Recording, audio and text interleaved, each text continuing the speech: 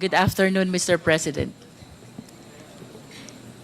First of all, I wish to acknowledge your courage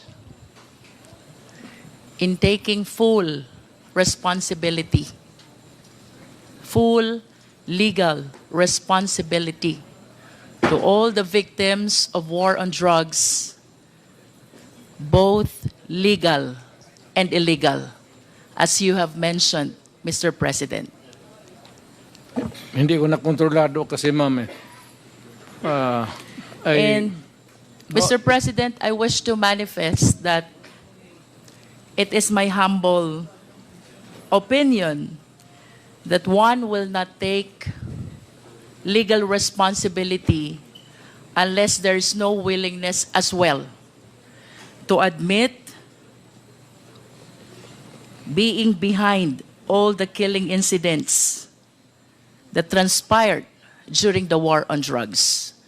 It is therefore the humble submission of this representation, Mr. Chair, that with that statement coming from the former president, he acknowledges that all the killing incidents during the war on drugs spring from his order to kill drug personalities. That is a manifestation, Mr. Chair. Mr. Chair, I understand that the resource speaker, the former president, is a lawyer. Mr. President, may I request that you educate the Filipino people, and I am certain that you understand what conspiracy theory is all about. Please educate us, Mr. President.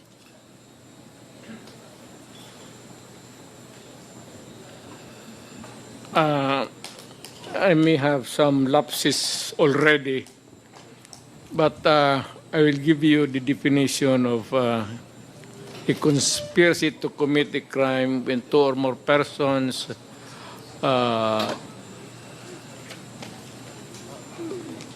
decide or discuss to commit a crime and actually do it. More or less ganon ang takbo ng ano.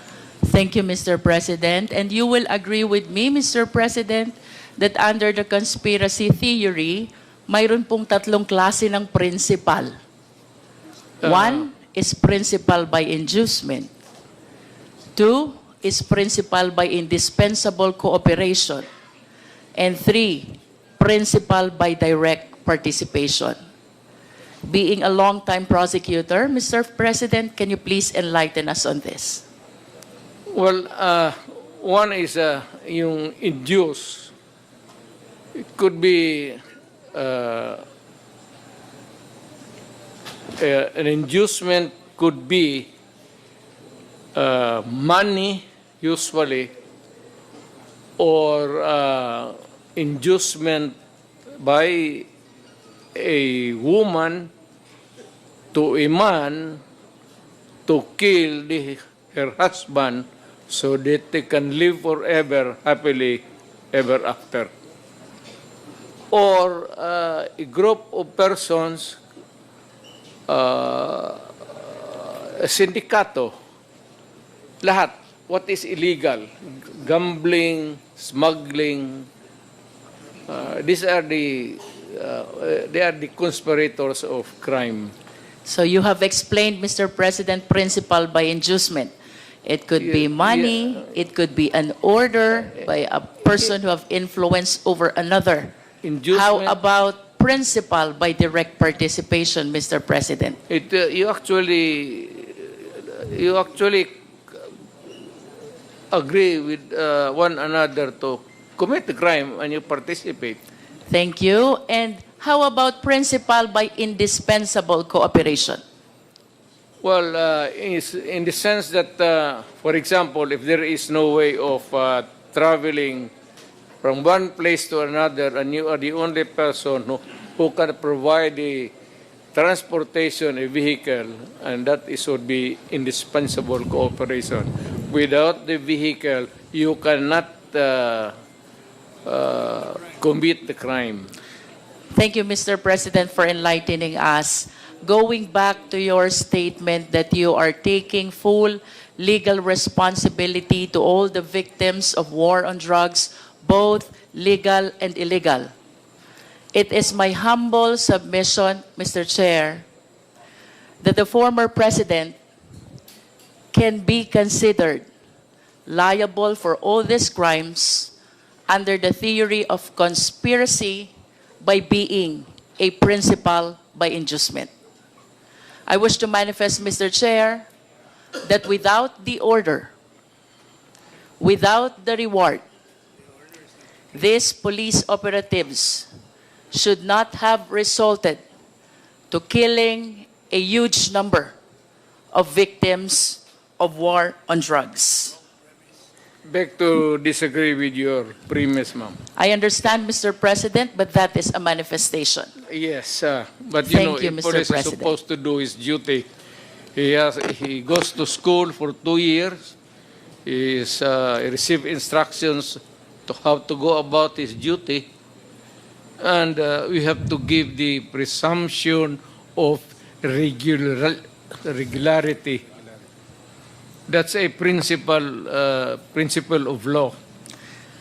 Thank you, Na Mr. President. Pag every time na may ginawa kaya in your favor is the principle of regularity Presumption in the of performance regularity of duty. of performance of official duty, Mr. President. Thank you for your enlightenment. Mr. President, I wish to ask, with all due respect, considering your statement of taking full legal responsibility both to legal and illegal activities, can Well- I equate this statement of yours to an extrajudicial confession of guilt? Well, in a sense, yes. Wala na akong magawa eh. Are you saying yes, Mr. President? Yes, because I ordered the campaign against the drug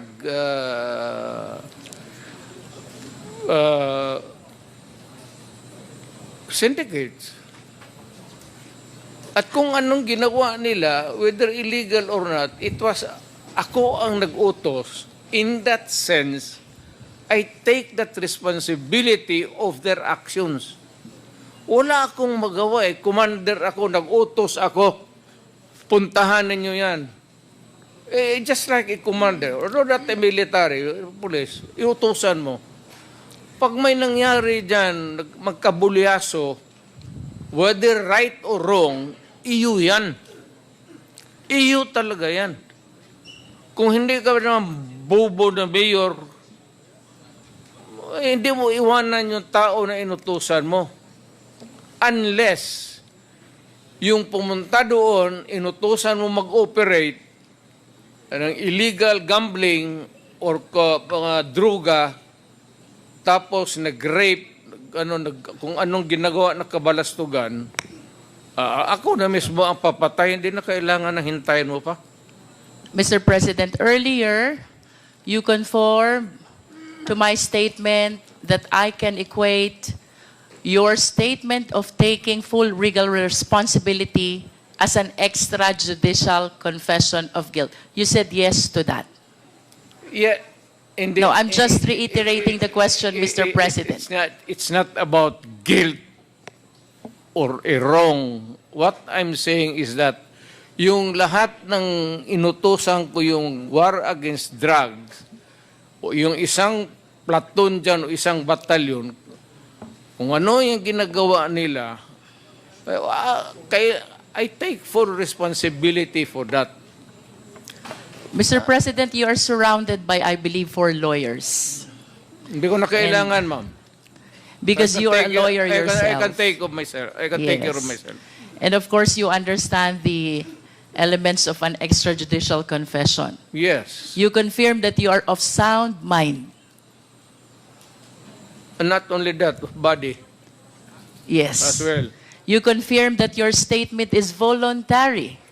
Yes. And of course, you confirm that you understand the consequences of your extrajudicial confession. Hindi naman alam, hindi naman ito korte. So, I understand, Mr. President. That's why we call it extrajudicial confession. It is not a confession. It is a statement coming from the mouth of a mayor or a president at that time. It is not a confession.